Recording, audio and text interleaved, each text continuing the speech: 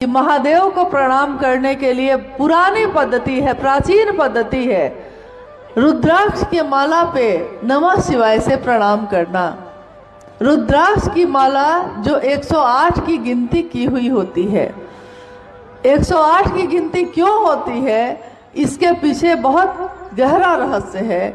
और प्राचीन समय से हमारे ऋषि मुनियों के तरफ से ये पद्धति का अनुसरण लोग करते रहे हैं। 27 नक्षत्र माने गए और दिशाएं 4 मानी गई, पूरब, पश्चिम, उत्तर, दक्षिण, 4 दिशा है। और आपने सुना होगा नक्षत्र रोहिणी है, ये सब नक्षत्र जो है 27 है। तो 27 नक्षत्र में अगर 4 दिशाओं से गुणनफल किया जाए, गुणा किया जाए, 108 होगा। इसीलिए जब भी ईश्वर को प्रणाम करने की बात होती है, जब भगवान को प्रणाम करने की बात होती है, जब अपने गुरु को प्रणाम करने की बात होती है, तो 108 की संख्या पे प्रणाम किया जाता है। माला पे जप करते हैं तो वो गिनती की हुई है।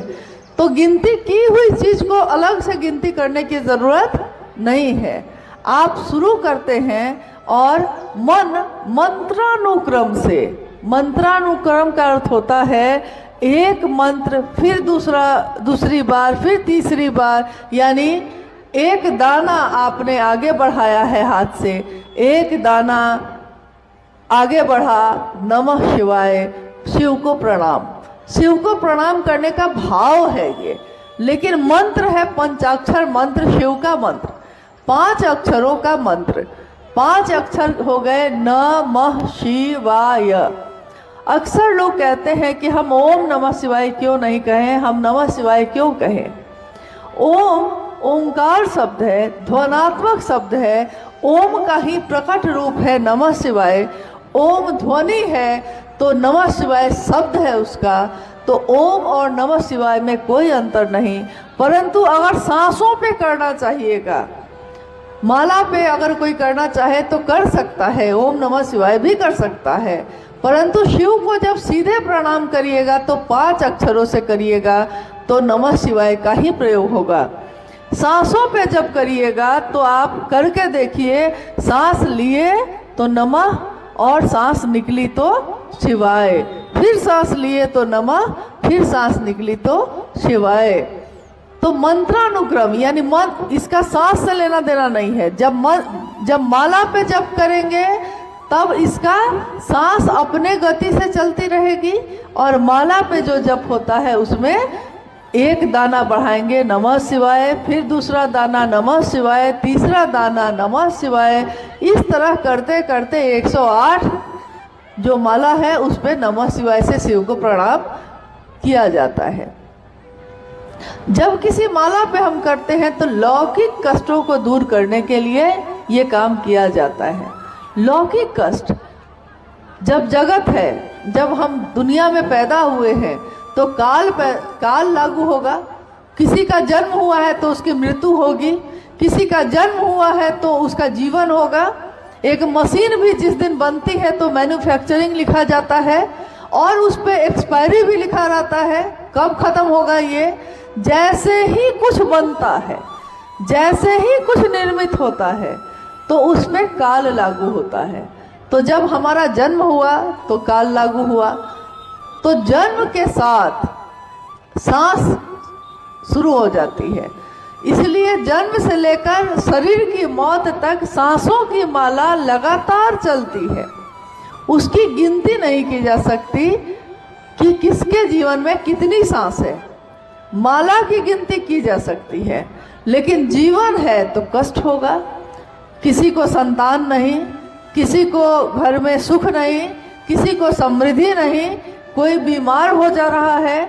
लौकिक कामनाओं की पूर्ति के लिए 108 की माला पे आप जप कर सकते हैं।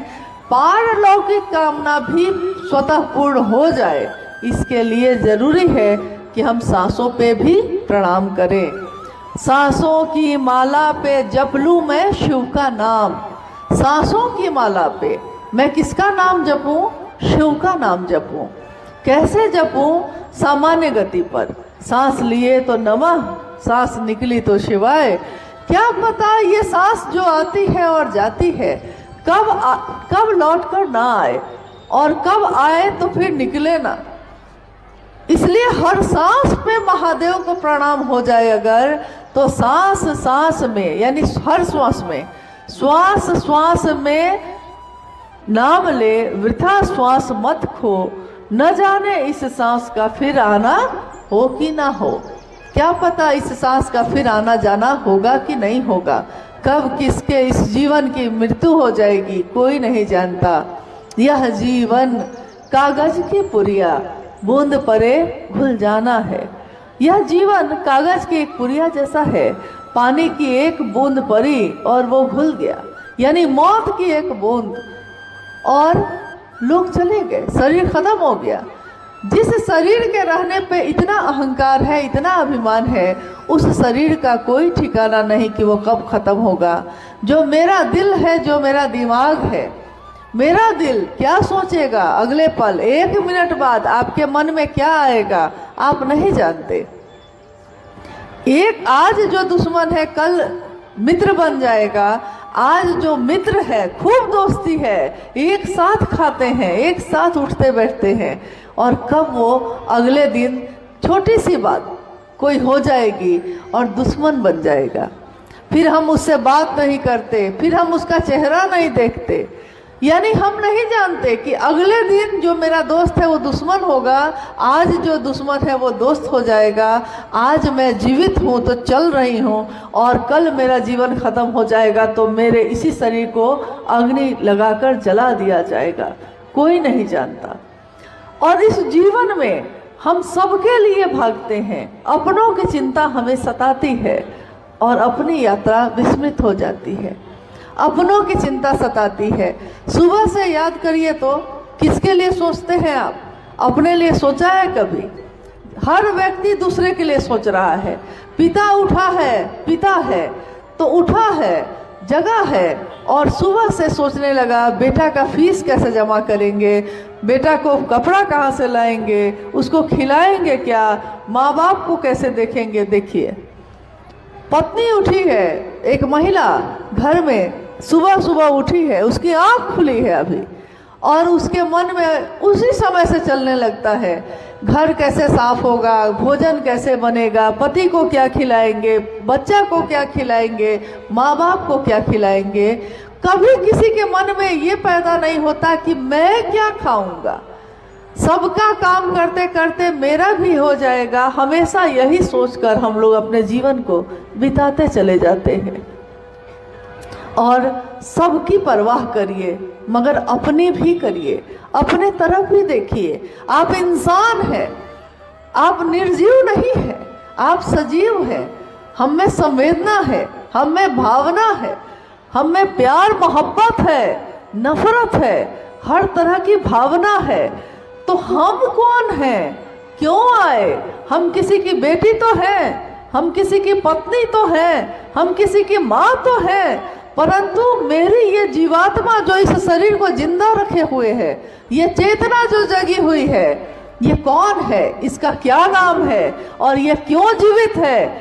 क्या सिर्फ इसी के लिए जीवित है कि हमको बस दिन रात दूसरों के बारे में सोचना है, और जिस दिन मेरे मौत हो जाएगी यही सारे लोग मिलकर मेरे इस शरीर को जलाने वाले हैं?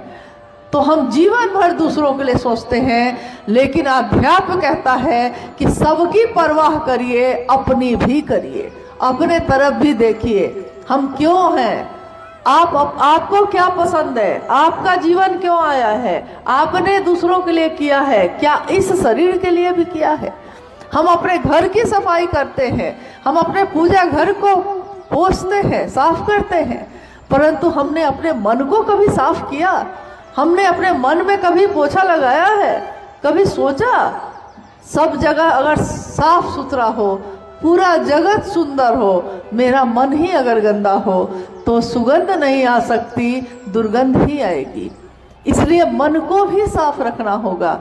गुरु मन के चिकित्सक होते हैं, गुरु मन की चिकित्सा करते हैं। जिस तरह डॉक्टर शरीर की चिकित्सा करता है, उसी तरह गुरु मन की चिकित्सा करते हैं। तो उस गुरु से जो शिव हैं, जो भगवान हैं, जो मेरे आपके गुरु हैं, उनसे प्रार्थना करिए, दया की याचना करिए। हे शिव, आप मेरे गुरु हैं, मैं आपका शिष्य हूँ, मुझ शिष्य पर दया करिए। मुझ शिष्य पर, मैं किसी की पत्नी हूँ, मैं किसी की बेटी हूँ, मैं किसी की चाची काकी नानी हूँ, परंतु मैं आपके शिष्य हूँ। तो मुझ शिष्य पर गुरु दया करेंगे, किस पे करेंगे? जो उनका शिष्य होगा। नल से पानी गिरेगा, कहाँ गिरेगा? अगर वहाँ बाल्टी लगा होगा, अगर वहाँ कोई मग रखा होगा, कोई पात्र होगा, पानी गिरेगा, कहाँ गिरेगा? कोई पात्र तो होना चाहिए। गुरु दया करेंगे किस पे? शिष्य के मन पे करते हैं। हमेशा गुरु शिष्य संबंध एक संबंध होता है। पति का भाव देगा किसको? पत्नी को। पति का भाव किसको देता है? पत्नी को देता है। पत्नी अपना भाव किसको देती है? पति को देती है। माँ अपना ममता का भाव, माँ अपनी ममता किसको देती है? अपने पुत्र को, अपनी पुत्री को। माँ ममता दे रही है, परंतु अगर पुत्र नहीं है, पुत्री नहीं है, तो माँ ममता देगी किसको? शिव जगत के गुरु दया कर रहे हैं, चारों तरफ उन्हीं की तो दया बरस रही है, परंतु वो दया करेंगे किस पे? जो शिष्य बनेगा उसी पे करेंगे। जो विद्यार्थी स्कूल में पहुंचता है, मास्टर है वहाँ, लेकिन मास्टर उसी को पढ़ा सकता है जो स्कूल में, क्लास में आएगा। सभी देवी देवता हैं, सबकी पूजा हम लोग करते हैं। माँ दुर्गा की पूजा करते हैं। माँ दुर्गा शिव की ही शक्ति हैं, परंतु युद्ध की देवी हैं। जब जब महिष होगा, जब जब कोई महिषासुर होगा, तो माँ दुर्गा महिषासुर मर्दिनी बनकर उसका मर्दन करेंगी, उसको नष्ट करेंगी। यानी राक्षसी प्रवृत्ति बढ़ेगी जब, आसुरी शक्ति बढ़ेगी जब, तो माँ दुर्गा उसका विध्वंस करेंगी, उसका मर्दन करेंगी। जब जब धर्म पे संकट आएगा, कृष्ण तब तब पैदा होंगे और कृष्ण तब तब धर्म की रक्षा करेंगे। यानी हर देवी, हर देवता का कोई ना कोई काम है, कोई विशेष उद्देश्य है। तो जो गुरु का काम करेगा, आप गुरु भी तो उसी को मानिएगा। तो माँ दुर्गा दुर्गा है, लेकिन गुरु का काम नहीं करती। कृष्ण भगवान है, गुरु का काम नहीं करते। राम भगवान है, गुरु का काम नहीं करते। शिव भगवान है, परंतु वो गुरु का काम भी करते हैं। तो शिव भगवान हैं और जगत के गुरु भी हैं, तो हम उसी शिव को अपना गुरु बनाकर जब शिष्य भाव देंगे, तो गुरु की दया शिष्य पे होती है। इसीलिए अगर समस्त संसार का मानव शिव को अपना शिष्य भाव देगा, तो शिव को गुरु के रूप में उसके अभ्युदय का भार उठाना ही पड़ेगा। महादेव को दया करनी ही पड़ेगी। शिष्य बनकर अगर हम किसी के पास जाए, जैसा आपने सुना होगा कभी कि एक महल में, एक राजा के महल में एक दिन राजा ने मुनादी करवाई थी। राजा ने कहा कि पूरी राज्य की प्रजा जो है वो कल सुबह मेरे महल का दरवाज़ा खुला रहेगा। उस महल के दरवाजे से जो अंदर आएगा और जिस सामान पे हाथ रखेगा, वही सामान उसको दे दी जाएगी। यानी राजा के तरफ से पूरी छूट है कि सुबह सुबह महल में आ जाइए और जो आएगा, जिस चीज़ को छुएगा, अगर उनके सिंहासन को छुएगा, अगर उनके पलंग को छुएगा, उनकी छड़ी को, उनके मुकुट को छुएगा, वो चीज़ उसकी हो जाएगी। सुबह सुबह महल का दरवाज़ा खुला और महल के अंदर पूरे राज्य के लोग आने लगे। अगर फ्री में कुछ चीज़ मिल जाए तो कोई भी लेने को तैयार होता है। ये तो फिर भी राजा का सामान था। सब आने लगे और जब आने लगे तो राजा चुपचाप खड़ा होकर देख रहा है। अपने सैनिकों के साथ राजा एक तरफ खड़े हैं और देख रहे हैं। कोई उनके मुकुट को ले रहा है, कोई उनके सिंहासन को ले रहा है। एक व्यक्ति राजा के तरफ बढ़ा, एक व्यक्ति जो धीरे धीरे राजा जहाँ खड़े थे उनके तरफ बढ़ने लगा। जब वो राजा के तरफ बढ़ा तो सैनिक उसको रोकने लगे। राजा को लगा कि शायद ये कुछ कहना चाहता है, तो उसने कहा आने दो। राजा ने कहा आने दो, लगता है कुछ कहना चाहता है। जब वो नजदीक आया तो उसने कहा कुछ नहीं, उसने राजा को ही छू दिया। क्या किया? राजा को ही छू दिया। ये महल किसका? राजा का। ये सिंहासन किसका? राजा का। ये मुकुट किसका? राजा का। तो जब राजा आपका हो जाएगा तो ये महल भी आपका है, समस्त चीजें आपकी हैं। इसी तरह, ठीक जैसे ये घटना है, इसी तरह अगर वो शिव मेरा हो जाए, मेरा अपना हो जाए, तो ये दुनिया महादेव की है। ये दुनिया किसकी है?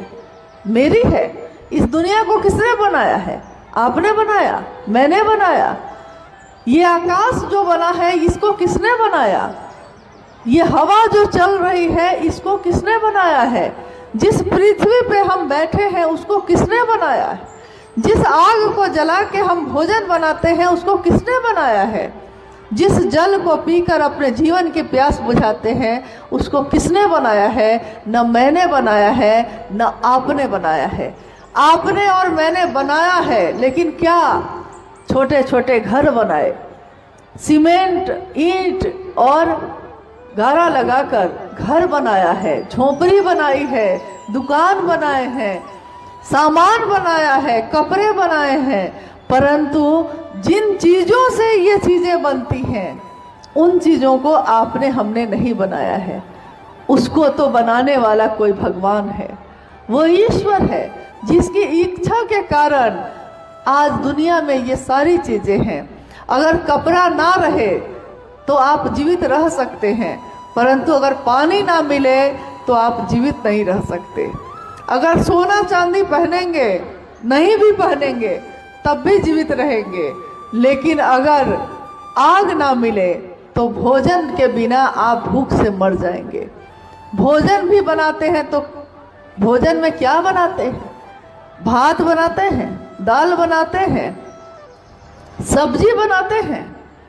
आपने पौधा लगाया है सब्जी का, लेकिन उसमें सब्जी पैदा आपने नहीं किया है, उसको किसी और ने किया है।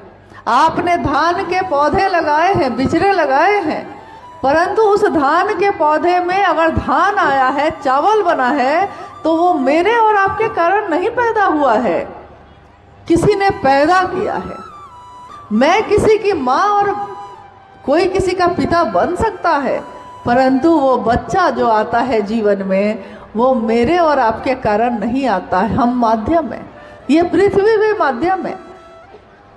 किसी की तो इच्छा का प्रतिफल है ये, तो जिसके कारण ये सारी चीजें हैं, उस राजा को छू दीजिए, उस शिव को अपना बनाइए, जिसके कारण ये सारी दुनिया आपकी हो सकती है।